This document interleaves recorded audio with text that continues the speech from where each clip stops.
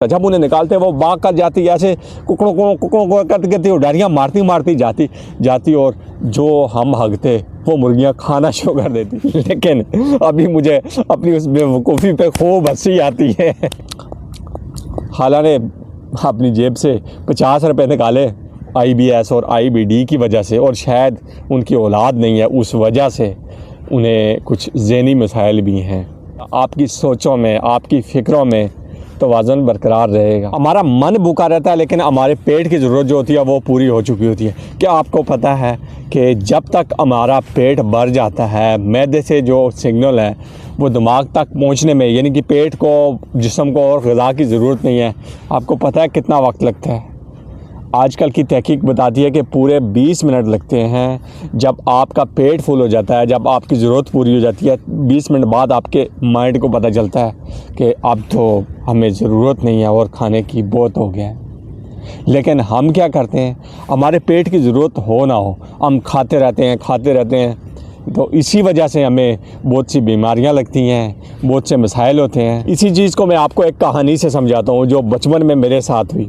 मेरा ताल्लुक़ एक लोअर मिडिल घराने से है। हम 5-6 बहन भाई हैं। तो हमारे घर में बचपन में जो सालन पकता था वो पतला सा होता था, अच्छा होता था, सेहत के लिए बहुत बेहतर होता था। लेकिन हम बच्चे थे, हम तो चटलास हमें बहुत पसंद थी। हमारे घर के थोड़ा सा दूर हमारी खाला रहती थी, यानी उस वक्त उधर गाड़ियाँ अब भी नहीं चलती, उस वक्त तो चलती ही नहीं थी, अब भी नहीं चलती। पैदल तकरीबन आधा घंटा लगता था। मैं और मेरी अम्मी हम दोनों चले गए खाला के घर। खाला ने ओजरी पकाई हुई थी यार, इतनी लजीज।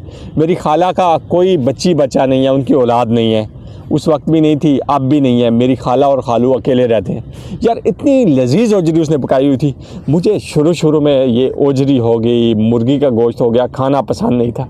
क्योंकि मुर्गी में क्यों नहीं खाता था, मुझे लगता था जब मैं देसी मुर्गियां ऐसे आगे पीछे घूमती हुई मुझे नज़र आती थी, क्योंकि उस वक्त वाशरूमें नहीं होती थी हमारे इलाके में।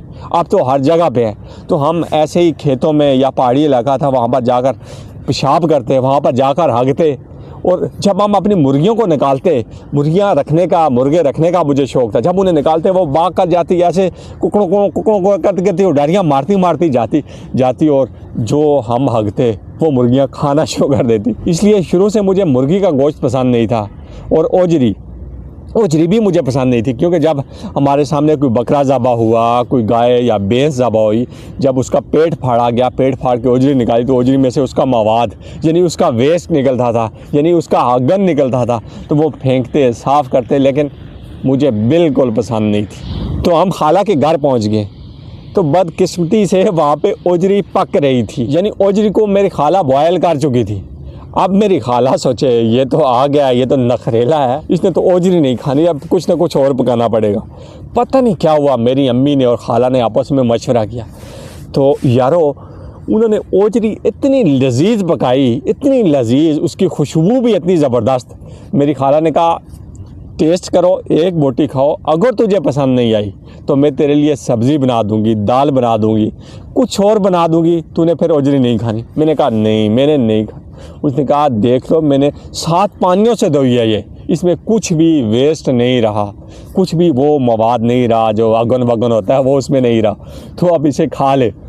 पर मैंने इनकार किया। खालू ने अपनी जेब से 50 रुपये निकाले, मुझे दिए, बच्चा था तो मैंने ले लिए। उसने कहा एक बोटी खाओ।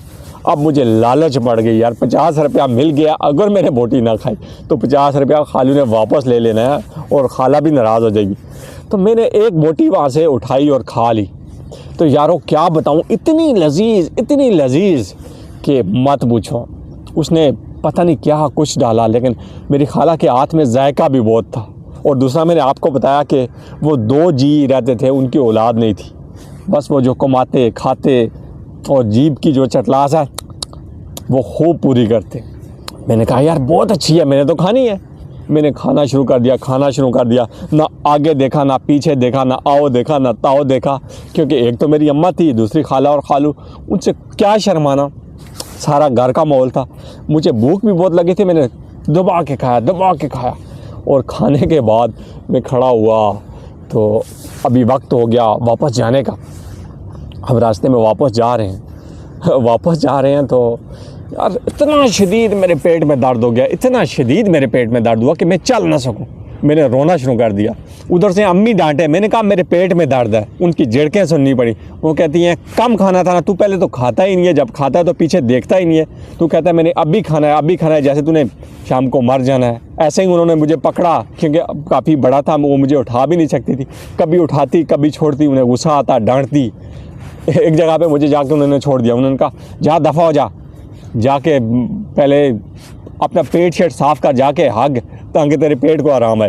यार कैसे हगूँ, अभी खाना खाया है, उसका तो टाइम होगा, वो जब अंदर पिघलेगा, हजम होगा तो वेस्ट अलग होगा, तवानाई एनर्जी अलग होगी, तब जाके हगन आएगा तो हम आगेंगे। उस वक्त तो मैंने उनकी खूब झटकें सुन ली, डांट डपट सुन ली, मैं रोता, मुझे बहुत दुख होता। लेकिन अभी मुझे अपनी उस बेवकूफ़ी पे खूब हंसी आती है कि अपने आप पे मैं हंसता हूँ कि यार मैं कैसा था, मैं क्या करता रहा हूँ। लेकिन मैं घर पहुँचा, घर में जमैन वगैरह पड़ी थी, जमैन ही होती थी उस वक्त, जमैन ली, उसमें नमक डाला, ऐसे खूब रगड़ा दिया, रगड़ा देकर मैंने जमैन के फक्के मार दिए। तो कुछ वक्त बाद मेरे पेट में कुछ आराम आया। तो जो मेरी खाला है, उन्होंने बहुत लजीज खाने खाए, बहुत अच्छे अच्छे खाने खाए, यानी उनकी औलाद नहीं थी, लेकिन खाने पीने में उन्होंने कोई कसर नहीं छोड़ी। मेरे खालू मिस्त्री का काम करते थे, वो दिहाड़ी लगाते, कमाते, और आकर जो भी उन्हें पसंद होता, गोश्त, मुर्गी, सब्जियां, चावल, जो भी उन्हें पसंद होता, उसे खूब लजीज करके पकाते और जीभ की चटलाश देते और खाते दबा के। लेकिन उसके बाद मेरी खाला मैदे की मरीज़ बनी, उसे IBS हुआ, उसे IBD हुई, और उसे अब IBS और IBD की वजह से, और शायद उनकी औलाद नहीं है उस वजह से, उन्हें कुछ ज़हनी मसाइल भी हैं। लेकिन इस कहानी से मैंने क्या सीखा जो आपको बताने लगा हूँ। आप देखें, कुदरत ने हमें 32 दांत दिए हैं। खैर मैंने अभी 1-2 निकलवा दिए हैं क्योंकि दर्द हो रहा था, तो मेरे थोड़े कम है, लेकिन सबको 32 दांत दिए हैं। हमें सोचना चाहिए कि अगर ये हमें 32 मिले हैं, ये 40 भी हो सकते थे, ये 25 भी हो सकते थे, लेकिन 32 मिले हैं तो हमें इनसे क्या सीखना चाहिए। 32 मिले हैं, हम जो भी खाते हैं हमें कम से कम 32 बार चबाना चाहिए। जब 32 बार चबाएंगे, जो साइंस अभी हमें बताती है कि हमारा जो पेट है, इसके सिग्नल जब ये बढ़ जाता है तो 15 से 20 मिनट लगते हैं यहाँ तक पहुँचने में।